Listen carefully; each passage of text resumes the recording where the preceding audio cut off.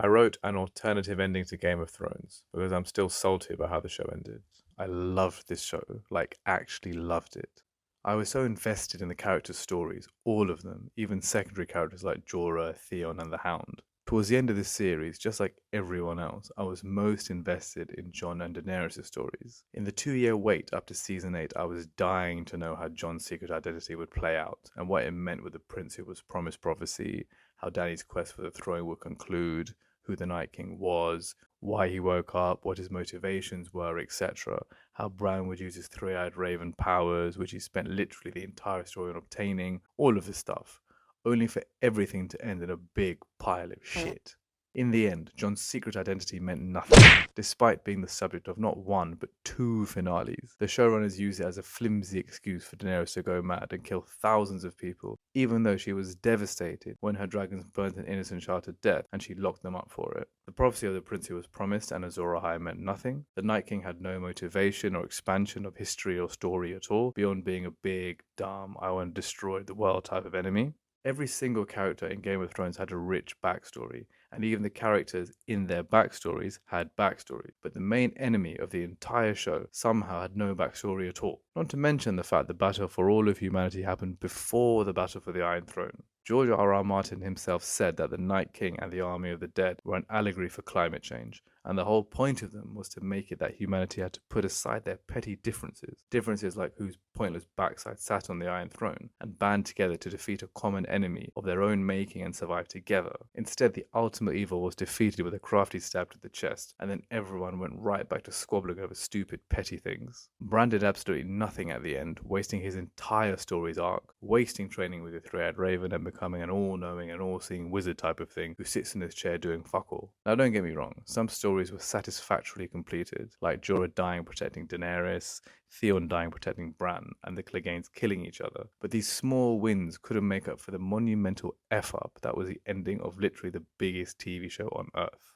But anyway, I'm ranting now, I'll get to the point. I was so sore after the ending, some people actually said to me, if you thought it was so bad, then why don't you go write a better ending yourself? Now, notwithstanding the fact that I'm not a scriptwriter that gets paid millions of dollars to write shows for TV, I thought, fine, yeah, I'll give it a go. I started writing a script for a YouTube video titled How Game of Thrones Should Have Ended, with the view of rewriting the final episode to give it a satisfactory ending. But I realized I couldn't make it make sense without changing the episode before, the one where Daenerys goes mad for some inexplicable reason and kills everyone. Long story short, I had to rewrite the whole of season 8 to make it make at least a bit of sense. And I'm not going to lie, it became an obsession. I took foreshadowing from earlier on in the show, like Melisandre going on about the prince who was promised prophecy, and actually made use of the fact Jon's a secret Targaryen and the unique mix of fire and ice that was prophesied to defeat the ultimate evil. I also took stories from the books which are briefly mentioned in the series, like stuff about the Three-Eyed Raven's history, namely the fact he was a Targaryen, and other stories like those about Howland Reed, Jojen and Mira's father, and stories from the fateful tourney at Harrenhal, basically where Rhaegar kidnapped Lyanna and then sired Jon. But stories to do with the tourney, like the tale of the Night of the Laughing Tree. I've had to use some dumbness from the last two seasons in this story, mainly the fact that characters somehow magically began being able to teleport across the world map at a moment's notice, despite before in previous seasons where characters literally took 10 to 20 episodes to travel across the world map, like Brienne and Jaime and Arya and the Hound traveling together.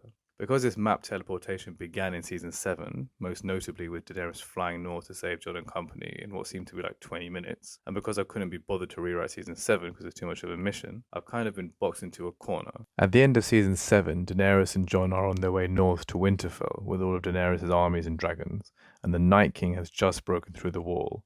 Since the whole point is the fact humanity has to put aside their petty differences and band together to defeat the ultimate evil, it doesn't make sense for the battle with the dead to happen before the battle for the Iron Throne. So I've had to find a way to get the main characters back down to King's Landing for the battle for the Iron Throne, and then band together afterwards for the battle with the Night King. So I've been forced to employ some quick world map travel, but I promise I've kept it to a minimum. So anyway, we start our story at the end of season 7, where Daenerys and Jon are now an item after having slept together, and they're now heading to Winterfell with Daenerys' entire army and dragons in tow. Neither Jon nor Daenerys know about Jon's secret identity, and the only ones who know his true parents were Rhaegar Targaryen and Lyanna Stark, and that they were married and he's actually the heir to the Iron Throne, are Bran and Sam. Cersei and Jaime fell out because Cersei lied about sending her forces north to help in the fight against the dead, and now Jaime is on his way to Winterfell. The Night King has blasted through the wall atop his dead dragon, and the army of the dead are now slowly marching into Westeros. Now that we're all caught up, click the link to the first chapter, and do me a favor as well, please. Subscribe, turn on notifications, and hit that like button. It would really help. So, let us begin our story. Welcome to How Game of Thrones Should Have Ended, Chapter 1.